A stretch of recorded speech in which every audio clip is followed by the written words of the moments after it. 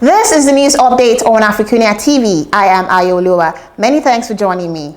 The federal government has expressed concern about the 21-day strike notice issued by the Nigerian Medical Association over the alleged failure of government to meet the demands of the striking resident doctors. The Minister of Health, Osagi, while responding to an inquiry on the threat by the NMA, said doctors should stop embarking on strikes at dangerous times and appeal to the resident doctors to call off their strike. Ehanire said this as the federal government and the NMA disagreed on the 21-day ultimatum issued by the umbrella body of the medical doctors in the country. Still in Nigeria, the Academic Staff Union of Universities has expressed its readiness to embark on another round of industrial action following what it calls the failure of the federal government to implement an agreement signed with the union.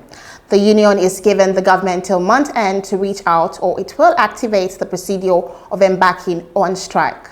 Recall that in March 2020, Asuu embarked on a strike following its disagreement with the federal government over the funding of the universities and the ineffectiveness and discrepancies around the integrated payroll and personnel information system, and others. And on the African scene, South Sudan security forces have arrested 7 people, including a top religious figure, as rights groups warn of a widening crackdown on the critics in the East African nation. The arrest, which police denied, come ahead of planned nationwide protest organized by the People's Coalition for Civil Action, which has called for the country's leadership to step down. They were detained because of the alleged links with the PCCA. According to James David Kuluk, chairperson of the South Sudan Civil Society Forum, the PCCA this month issued a declaration saying they have had enough after 10 years of independence marked by armed conflict, escalating insecurity, hunger, and political instability.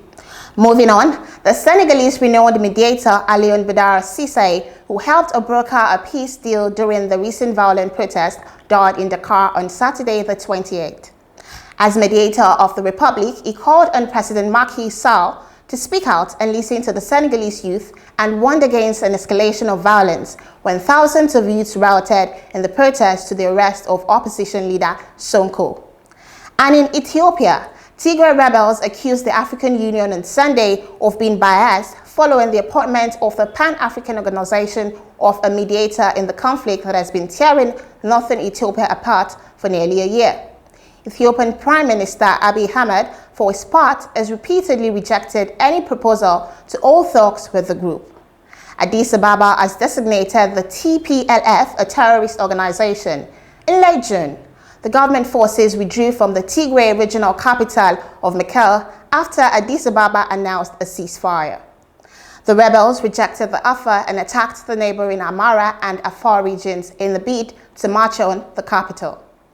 And on the foreign scene, Hurricane Ida landfall as a fierce category 4 storm plowed into Louisiana from the Gulf of Mexico, lashing the coast with 150-mile-per-hour winds. Torrential downpours and pounding surf that submerged much of the shoreline under the several feet of the water. All of the New Orleans, Louisiana's most populous city, had power knocked out due to the catastrophic transmission damage. Residents of the most vulnerable coastal areas were ordered to evacuate days in advance. But those riding out of their storm in their homes in New Orleans, less than 100 miles inland to the north, braced for the toughest test yet of major upgrades to a levee system constructed following devastating floods in 2005 from Katrina. And also, several rockets were fired at the Kabul airport today, less than 48 hours before the United States is due to complete its troop withdrawal from Afghanistan. Eyewitnesses said that the rockets were launched from a car and were aimed towards the airport on Monday morning. It appears Salim Kawan, a neighboring adjacent to the airport, was hit in one of the blasts. No one has yet claimed responsibility for the attack. Smoke could be seen rising above buildings in the north of the city where the Hamid Karzai International Airport is located, and gunfire could be heard after the explosions.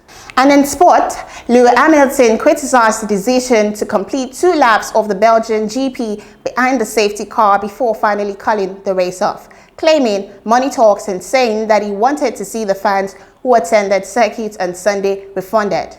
But FIA race director Michael Massey has said there was a belief that the race could start while F1 President Stefano Domenicali insisted there was no commercial element to the decision made.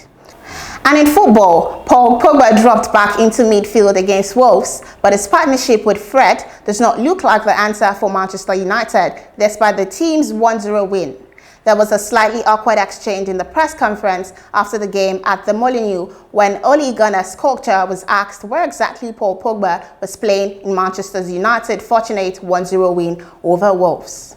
That's AFRICUNIA TV's news update. Do follow us on all our social media platforms on Jointim and Pangram. Subscribe to our YouTube channel, like and drop a comment on the comment section. I am Ayooluwa. Thanks for watching.